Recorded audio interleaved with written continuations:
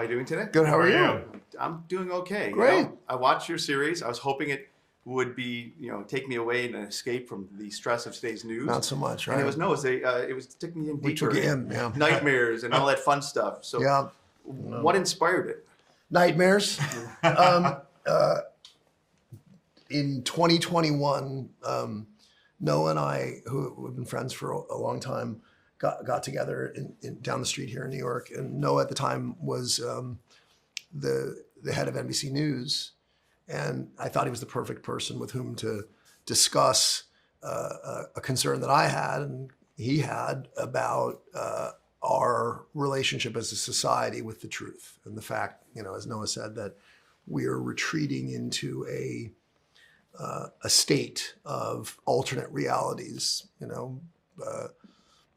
presented facts and different conclusions and therefore different truths that, though mutually exclusive, have to coexist for us to continue to function as a civilization. And scary idea, and he was right, because I think we've gone that way. But what came out of that conversation, combined with some amazing investigation that Michael Schmidt from the New York Times was conducting about a government investigator who was in the center of a very consequential investigation, and he was losing his way mentally, and that seemed like that character, the perfect surrogate for us right now, trying to find our way when the mechanism by which we determine truth is broken, and all we can do is hope to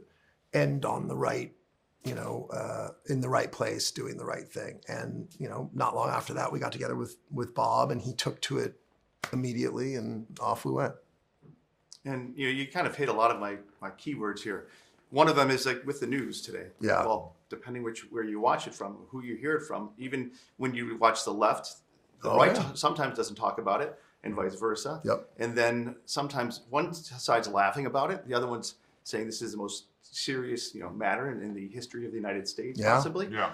And then the White House says something completely different. Different front pages. Yeah. And then the interpretations are all different. Yeah. So, Mike, it's a pretty broad question, but is there any hope for us? Because now you add AI and deep fakes and all that, and yeah, I mean, you're pointing to one of the themes of the show, which is the difference between facts and truth, right? I mean, first of all, there are outright lies, obviously, but there's also a world in which there are a set of facts which people will look at and draw completely different conclusions from based on which facts they choose to prioritize, which facts they choose to omit.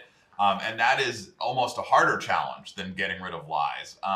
As for hope, I think one of the things we tried to convey with the conclusion of the show is that even when confronting this challenge, even when you're dealing with a really broken system and a fractured media landscape, every one of us does still have inside ourselves a moral compass, a voice that does tend to guide us towards the right thing. And I think that by turning inwards, people every day when they walk out the door can make a series of decisions about how they treat their neighbors, their fellow citizens.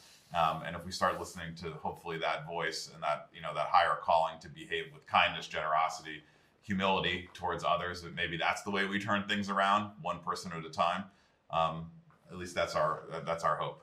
I mean, hope is the word I'm looking for. I've been searching for lately, and I hope you are right. And maybe it's something, watching something like this will get people to think and change their minds. Yeah. Can I close with a simple one? 3 words to describe the series. You can work together on it, or you can. We can't say anything in 3 words. You've seen our show. We can't do anything in 3 words. I would say, I'll give it a shot. Try. Propulsive, provocative, hopeful. There you go. Yeah, that's good. Thank you so much for your time. And wildly successful. Watched by Emmy-winning. Watched by billions. Yeah, I think is another one. Yeah. Let's hope. But anyway, thank you for your I kind hope words. millions do watch it. I hope and people actually sit down and think about what they're watching and not just say no, because that's the problem right now. Is we can't even start a sentence before someone says cut you off. So that's right. Well, thank you so much. You can cut me off. No, we're not. We don't do the cutting. Thanks so much.